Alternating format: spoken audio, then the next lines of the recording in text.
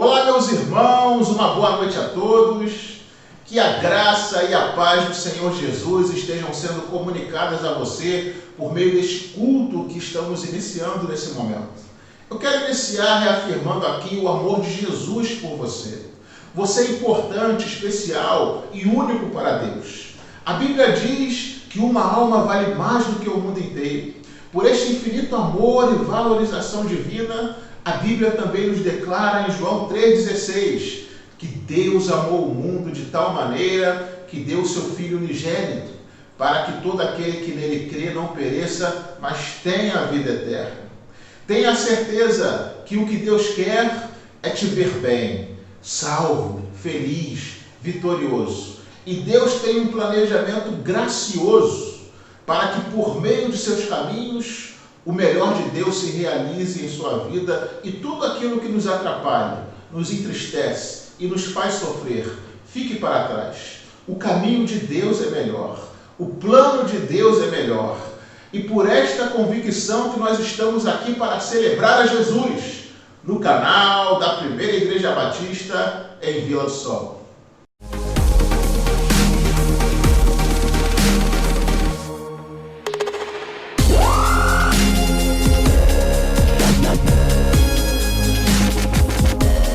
Vamos seguir falando com Deus, derramando nossos corações aos pés do Senhor por meio da oração. O altar de oração está conectado com o trono de resposta. Por isso vamos colocar diante de Deus nossas vidas, famílias, igrejas, a nação e o mundo. Em Deus está a nossa esperança, nele podemos esperar e descansar em sua fidelidade. E nós vamos acompanhar nesta oração a nossa irmã Maria Lina. Oremos ao Senhor, igreja. Ó Deus, nosso Pai amado, que estás nos céus, toda honra, toda glória, todo louvor e toda adoração pertencem só a Ti, Pai. Muito obrigada, Pai, pelo novo dia que o Senhor nos dá. Muito obrigada pela vida, essa vida que o Senhor declara na Tua palavra, que o Senhor veio nos trazer uma vida completa em Cristo Jesus. Muito obrigada, ó Deus. Muito obrigada porque nesse momento, Pai, o Senhor nos autoriza a entrar na Tua presença para orarmos ao Senhor. E nesse instante, Pai, no nome de Jesus, eu lanço aos Teus pés a minha gratidão, Pai. Gratidão pela vida eterna em Cristo Jesus, pela vida, Senhor, sobre a terra. Muito obrigada pela possibilidade de viver um novo dia. Muito obrigada, Senhor, pela oportunidade de sentir a Tua presença conosco. Muito obrigada, Senhor, porque o Senhor não perdeu o controle do mundo. Todas as situações estão diante do Senhor.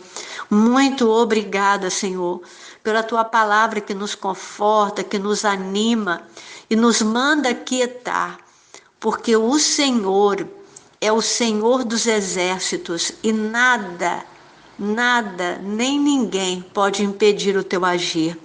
Obrigada, Senhor.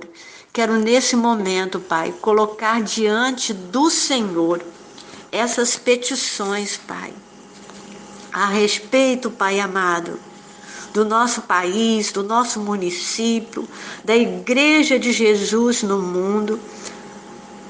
Também, Pai, nossa petição sobre os profissionais da área de saúde, os médicos, as lideranças políticas, os comerciantes, os trabalhadores e as famílias de toda a terra. Ah, meu Senhor, em nome de Jesus, que neste momento, Pai, pela Tua grande misericórdia e pelo Teu poder que é único, porque o Senhor é soberano, porque o Senhor é supremo, e a Tua palavra nos garante que agindo o Senhor, quem pode impedir? Pai, de uma forma especial. O nosso país, o Brasil, Senhor, está nas tuas mãos. O nosso país, ó Pai, quando até poucos tempos nós não tínhamos, ó Deus, tanta insegurança. Mas hoje, Senhor, o teu povo convive, Senhor, com tanta insegurança, com tanta frieza, Senhor, nos corações. E até mesmo, ó Pai, por obrigações de um sistema, Senhor, político, administrativo, que nos impõe regras, e nós, Pai, como pessoas tementes ao Senhor, obedecemos e pedimos ao Senhor que o Senhor nos dê essa sabedoria, Senhor, a sabedoria que vem do Senhor, para que conforme a tua palavra, como servos do Senhor, possamos observar os princípios de obediência às autoridades já determinados na tua palavra, Senhor. Que nós devemos obedecer às autoridades constituídas, porque não existe nenhuma autoridade que não tenha sido autorizada pelo Senhor.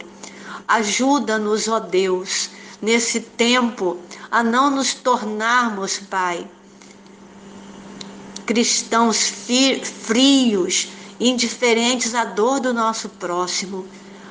Pai, em nome de Jesus, tenha misericórdia da nossa nação. Intervenha, Senhor, nesse sistema, Pai, de saúde da nossa pátria.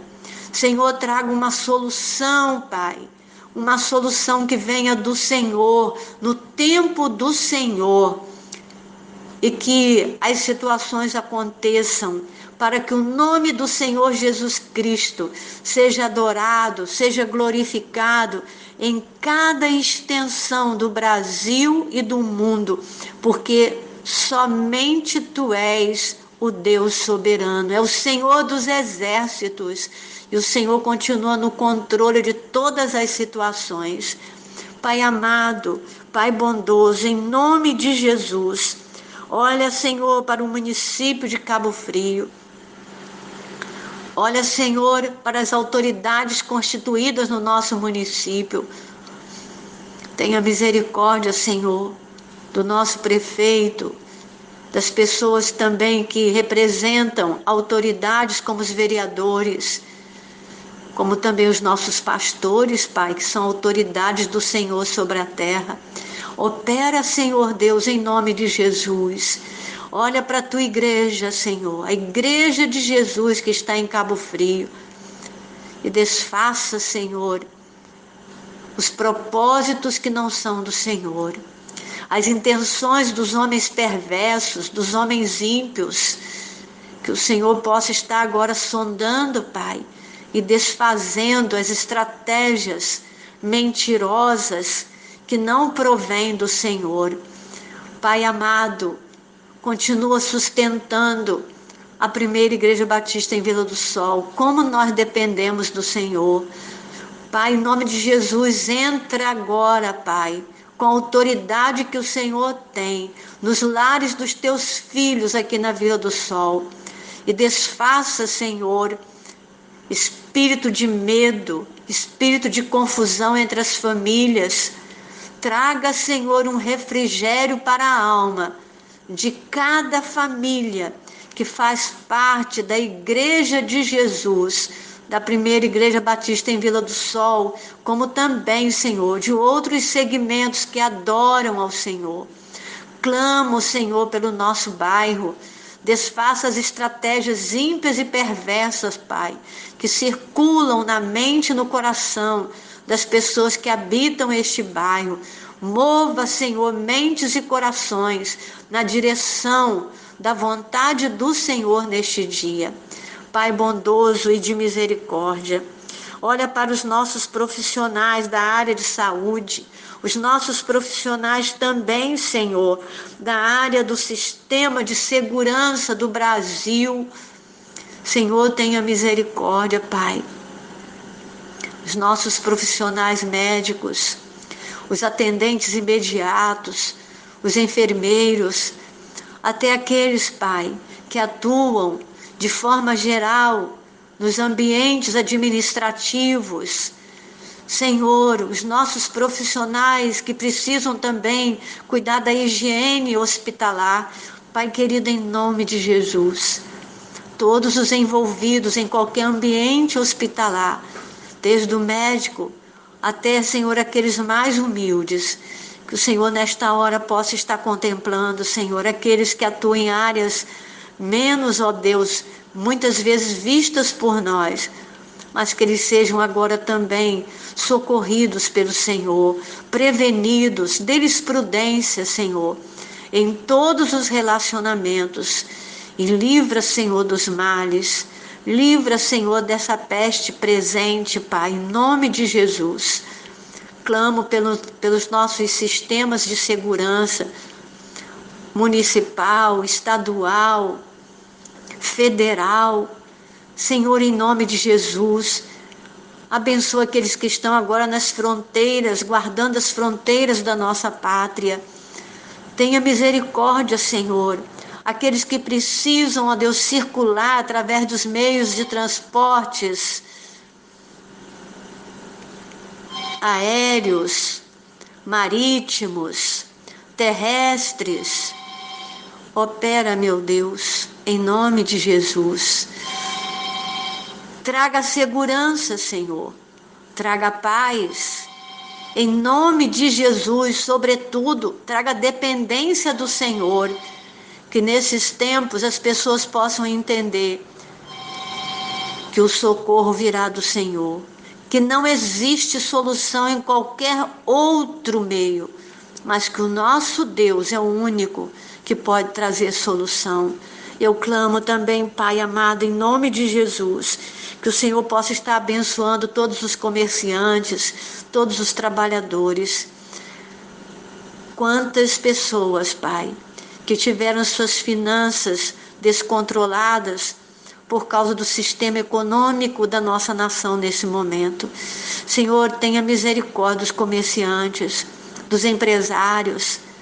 Quem sabe, Senhor, haja alguém agora sem saber que decisão tomar, qual a solução. Traga, Senhor, um equilíbrio agora que venha do teu trono, traga uma paz, dê uma orientação, Pai, em nome de Jesus. Eu clamo por cada trabalhador.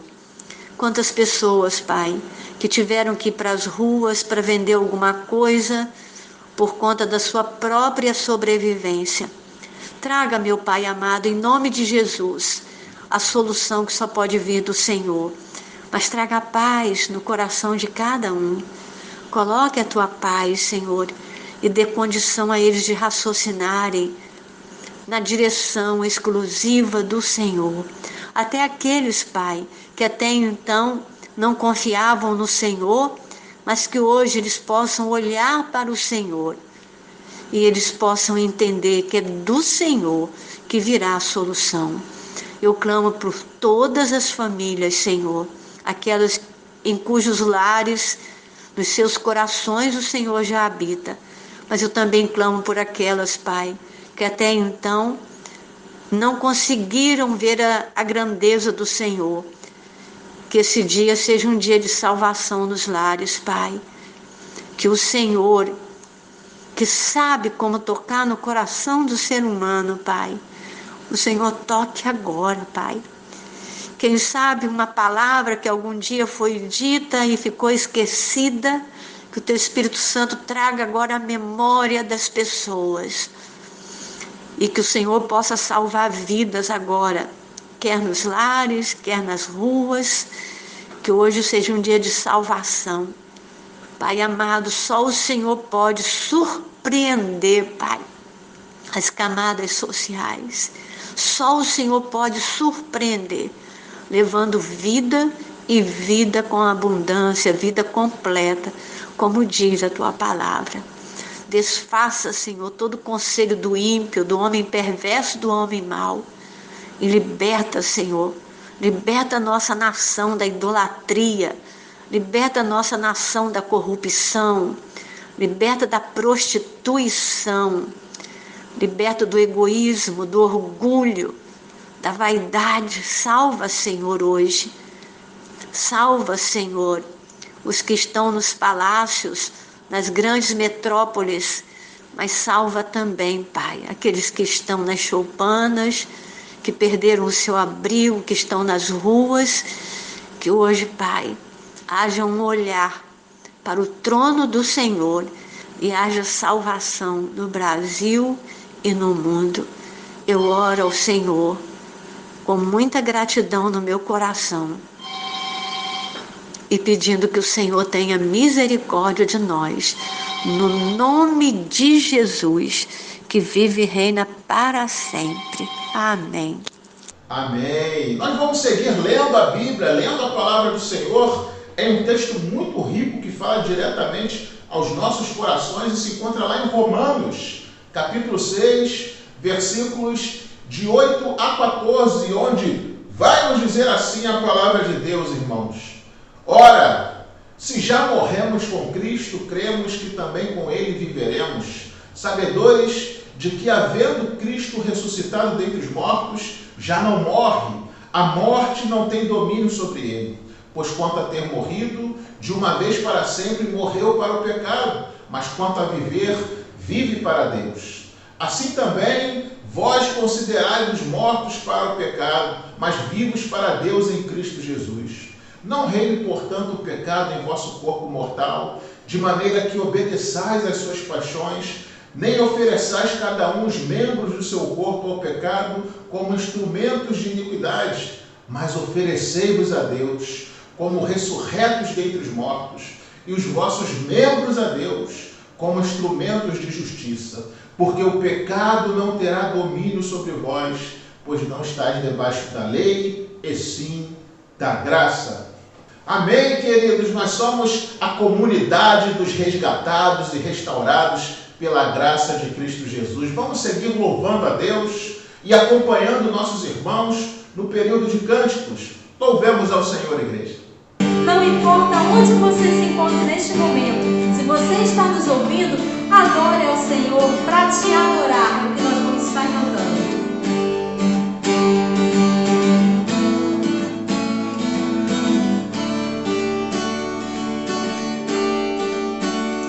Nós estamos reunidos em teu nome, ó bendito.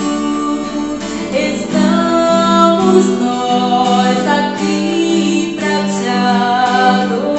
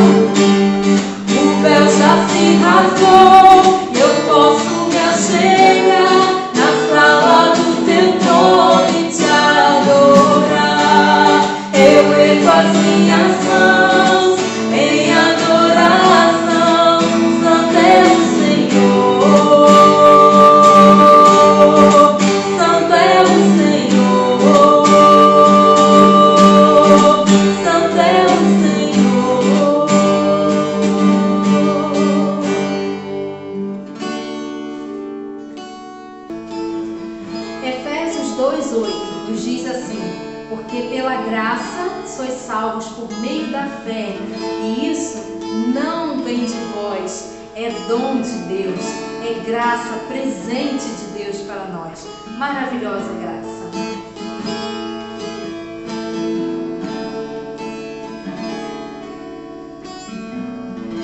Quando tudo em mim era incerto, os meus olhos já não viam tuas mãos.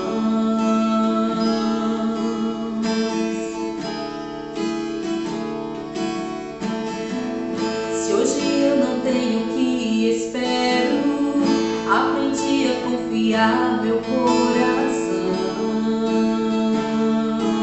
a ti, um Deus que cumpre sua palavra e me guarda, mesmo quando penso que é chegado ao fim.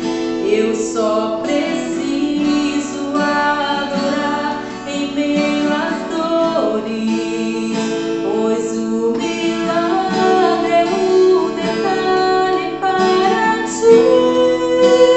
Fui alcançado por tua graça, maravilhosa graça, que trouxe salvação para mim. Eu não mereço tanta graça, mas por misericórdia recebi. O maior milagre Deus já fez em mim.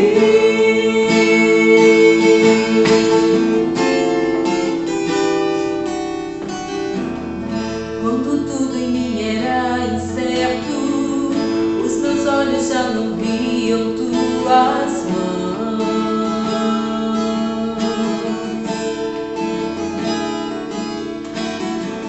Se hoje eu não tenho o que espero, aprendi a confiar meu coração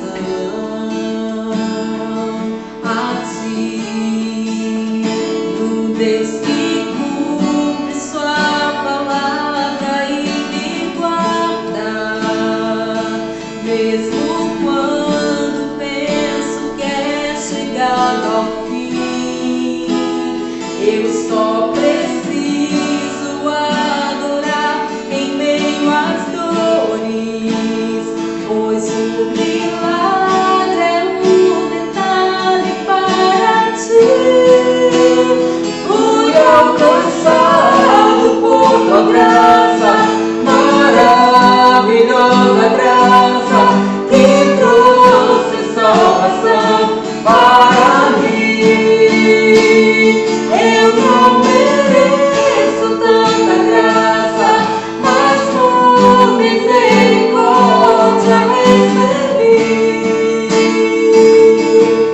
O maior milagre Deus já fez em mim. Fui alcançado por tua graça, maravilhosa graça, que trouxe salvação para mim.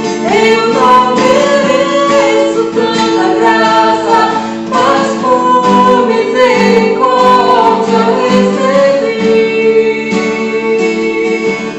O maior milagre Deus já fez em mim. O maior milagre Deus já fez em mim.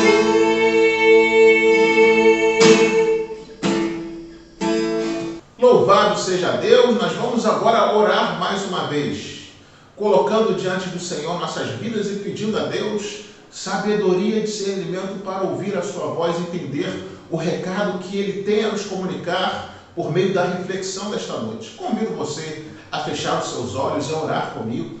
Grandioso Deus e amado Pai, nós louvamos o Teu santo nome, Deus.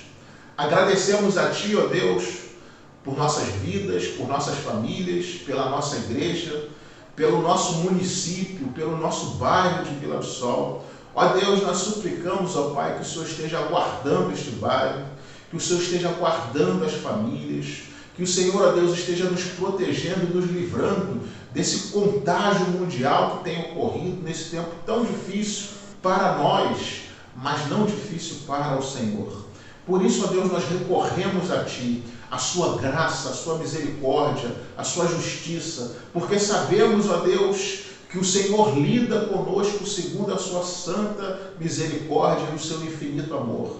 Por isso, Deus, te suplicamos, nos proteja, nos dê livramento, nos dê provisão, não nos deixa faltar nada nesse momento que também é de crise econômica em todo o mundo. Mas, ó Deus, o pão nosso de cada dia, nós te suplicamos que o Senhor nos conceda, que o Senhor nos sustente e continue nos conduzindo. Ó Pai, nesse momento que estaremos refletindo em Tua Santa Palavra, te suplicamos que o Senhor, ó Deus, com a Sua voz esteja poderosamente ministrando aos nossos corações. Que seja somente a voz do Senhor a ser ouvida, para que, de fato, esta mensagem seja edificante e proveitosa na medida que a Tua igreja necessita.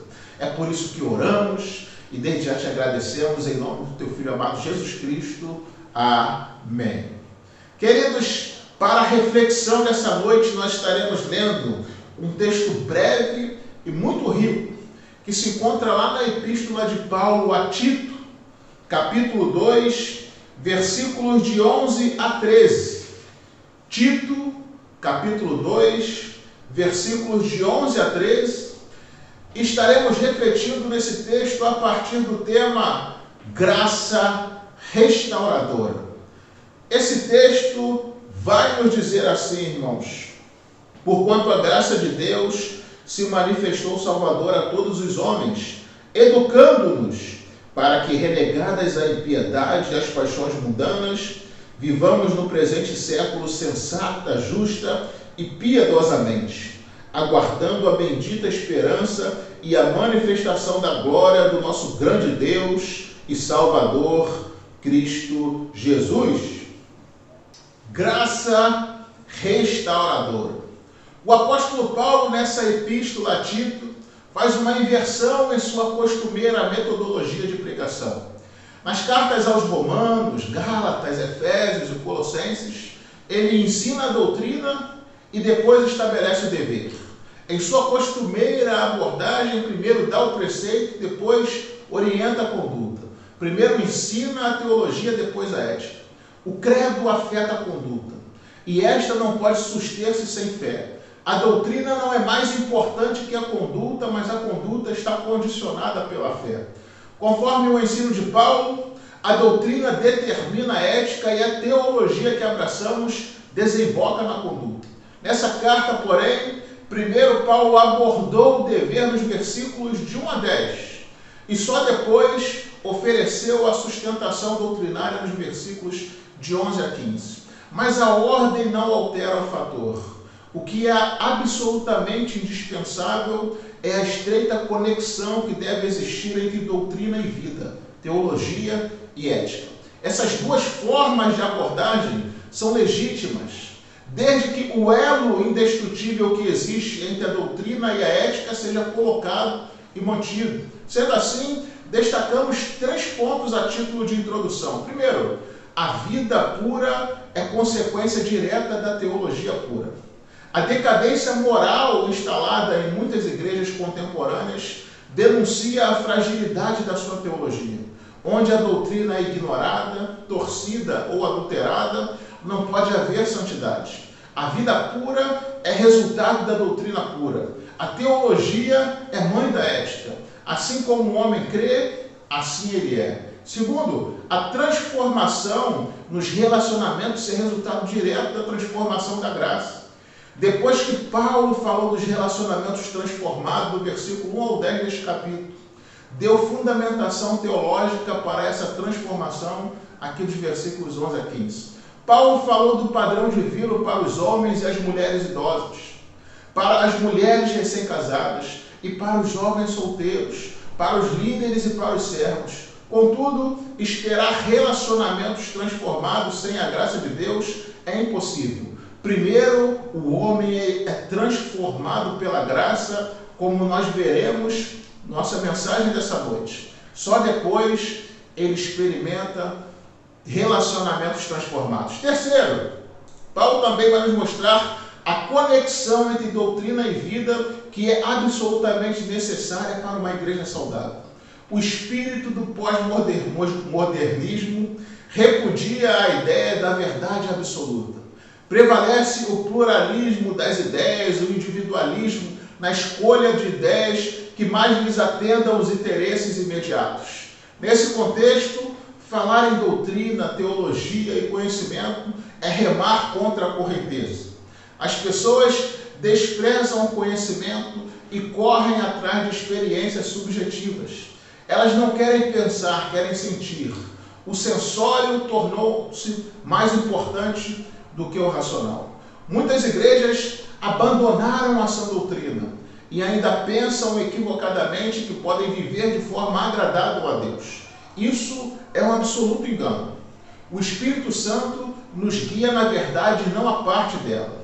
Existe uma estreita e inquebrável conexão entre doutrina bíblica e a vida que agrada a Deus. Os que desprezam a doutrina acabam caindo na teia do relativismo moral. A impiedade sempre desemboca na perversão. O nosso texto base exalta a graça de Deus, manifesta no passado, que educa os discípulos de Jesus no presente e cuja revelação plena está aguardada no futuro. Vamos examinar a fundamentação teológica para uma vida santa, buscando a conexão entre a doutrina e o dever por meio da graça de Cristo Jesus. Em primeiro lugar, irmãos, a manifestação da graça, conforme vemos no versículo 11, porquanto a graça de Deus se manifestou salvadora a todos os homens. Só podemos ter uma vida santa por causa da manifestação da graça de Deus. A graça de Deus sempre existiu.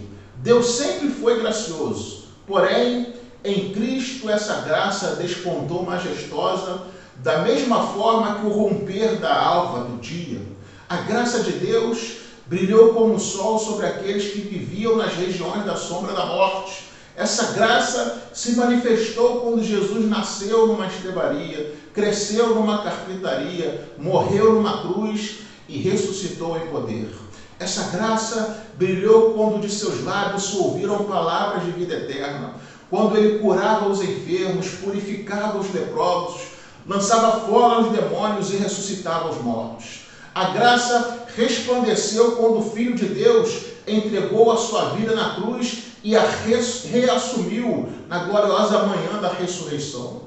A graça se manifestou para resgatar o homem do seu maior mal, que é o pecado, e oferecer a ele o maior bem, que é a vida eterna. Destacamos 3 aspectos importantes da graça nesse texto. Primeiro, a origem da graça. Paulo fala da graça de Deus.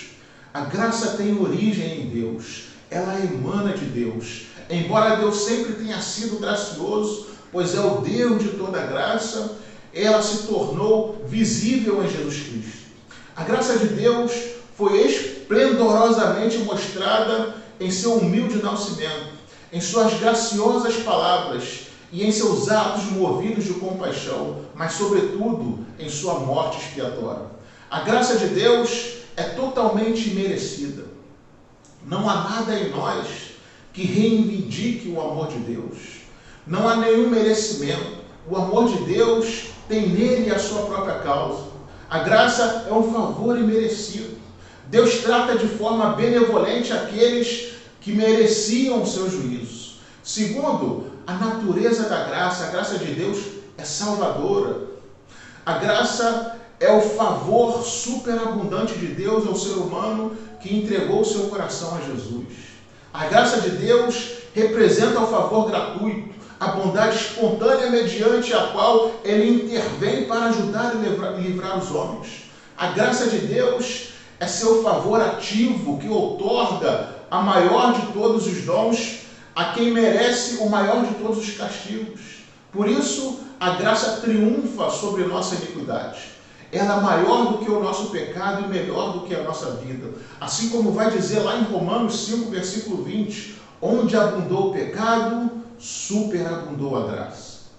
Vivemos pela graça, dependemos da graça, nada somos sem a graça. Por causa da graça, embora perdidos, fomos achados. Embora mortos, recebemos vida. Terceiro, a extensão da graça. A graça de Deus se manifestou salvadora a todos os homens. A manifestação da graça não alcançou a todos os homens quantitativamente, mas todos os homens qualitativamente. A salvação é universal no sentido de que alcança todos aqueles que foram comprados para Deus, procedentes de toda tribo, língua, povo e nação.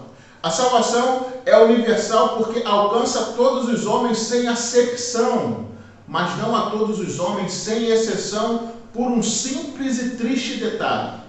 Jesus aceitou a todos, mas nem todos aceitaram a Jesus para receber essa salvação. O que a Bíblia ensina sobre a universalidade da graça de Deus é que ela rompe todas as barreiras. A graça é acessível a todos, homens e mulheres, idosos e jovens, escravos e senhores, judeus e gentios. A salvação é comum a todos. O plano que Deus tem, revelado em sua palavra, a todas as classes de homens, a todas as raças, inclusive servos e chefes, é que eles abram seus corações para receberem a Jesus e com Jesus a salvação que Ele conquistou para nós na cruz do Calvário. Porque, queridos, não importa se são pobres ou ricos, ignorantes ou sábios, basta que haja verdadeiro arrependimento e coração entregue, confessando a Jesus como o único e eterno Salvador, e aquele que crê será salvo, como nos traduz a promessa da palavra do Senhor. Em segundo lugar, irmãos, a pedagogia da graça, educando-nos para que, renegados as impiedades e as paixões mundanas, vivamos no presente século sensata, justa e piedosamente. Paulo enfatiza aqui grandes verdades. Primeiro, a graça nos educa para renegarmos o mal. Deus não nos salva para continuarmos sendo como éramos no pecado antes de ter aceitado a Jesus como Salvador.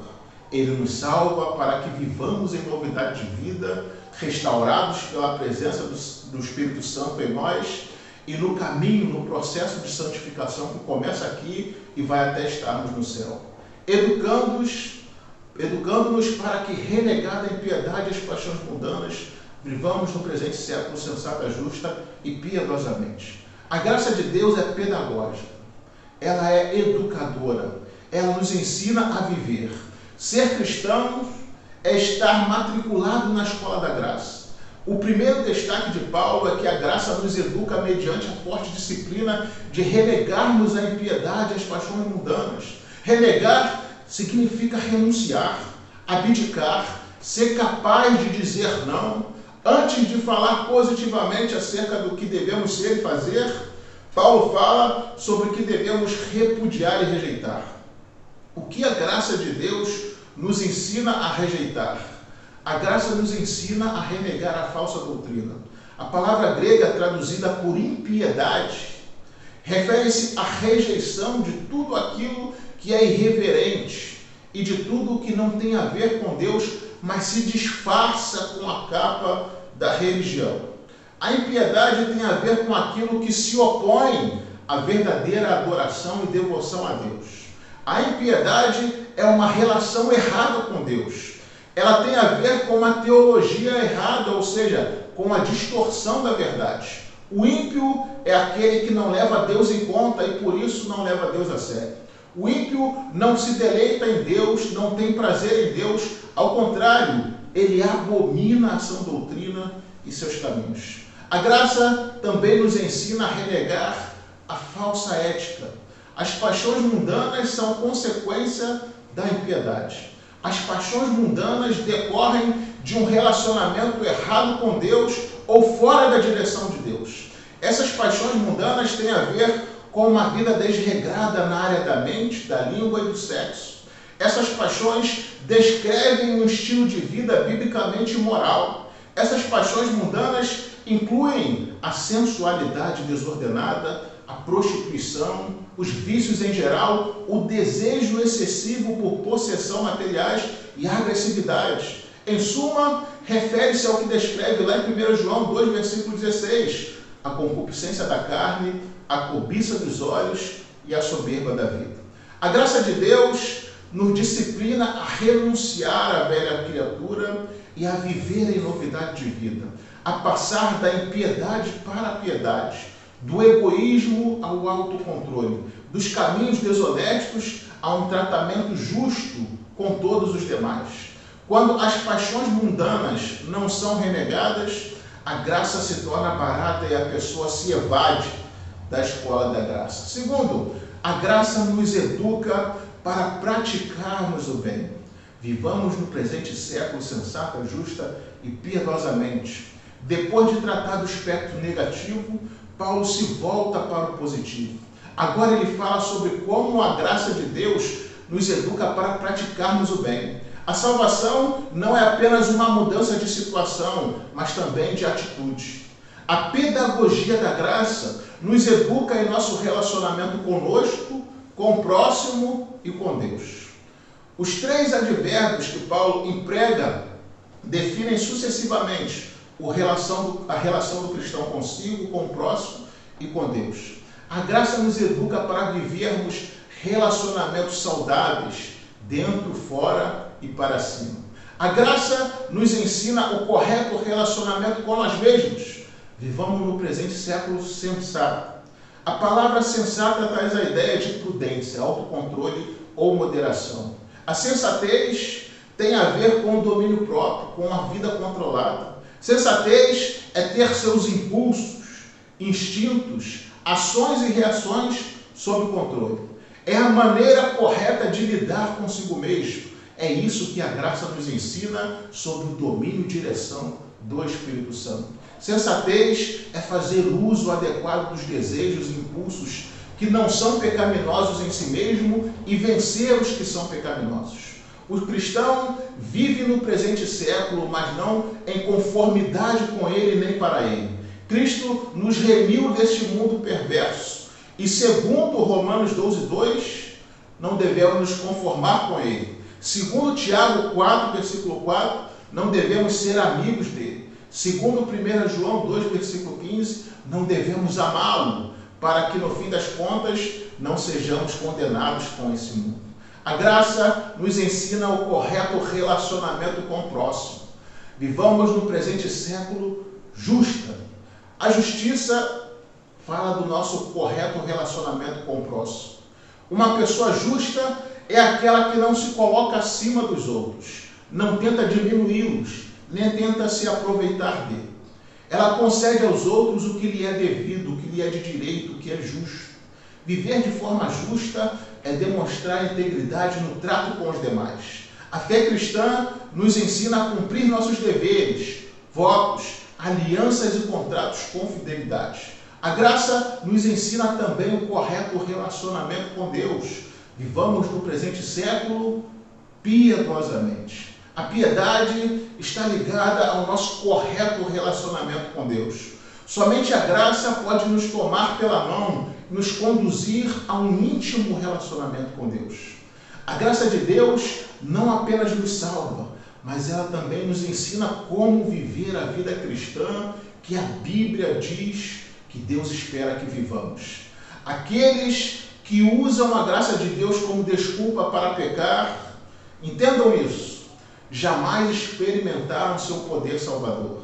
A mesma graça de Deus que nos redime é também a graça que nos renova e nos capacita a obedecer à santa palavra do Senhor. Em terceiro e último lugar, a recompensa da graça, aguardando a bendita esperança e a manifestação do nosso grande Deus e Salvador Jesus Cristo.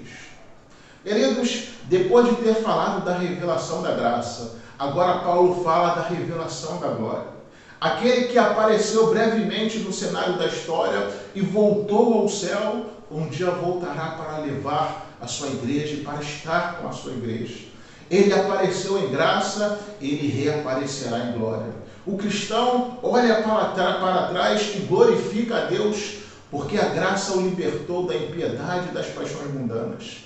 Ele olha para o presente e exalta a Deus, porque tem uma correta relação consigo, com o próximo e com o próprio Deus. ele olha para o futuro e se santifica, porque vive na expectativa da volta do seu grande Deus e Salvador, Cristo Jesus.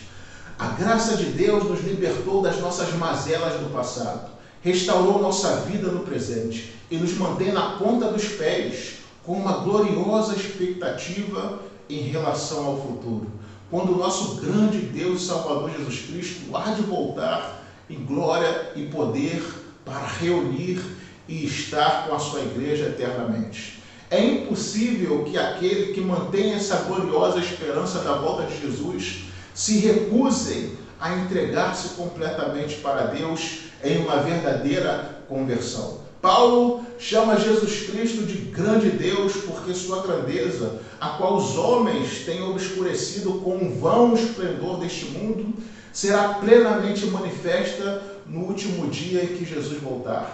Então, o brilho do mundo que hoje parece grande aos nossos olhos perderá completamente a sua pompa. Paulo chama a esperança da glória de bendita esperança. Na verdade, o que começa com graça termina com glória. A volta gloriosa de Cristo é mais do que uma bendita esperança. É uma esperança cheia de alegria. É uma esperança unificadora, uma viva esperança, uma firme esperança e uma esperança purificadora. A dinâmica da nova vida é a expectativa da vinda gloriosa de Jesus Cristo. Quando se espera uma visita real, tudo se limpa, se decora e se arranja para que o olho real veja. O cristão é uma pessoa que está sempre pronta para receber o Rei dos Reis em sua volta gloriosa. Maranata, ora vem, Senhor Jesus, a sua igreja te espera. Que com essa verdade graciosa na qual nós refletimos nessa noite, Deus abençoe você, Deus abençoe sua família, Deus abençoe sua vida, Deus abençoe sua semana. Amém.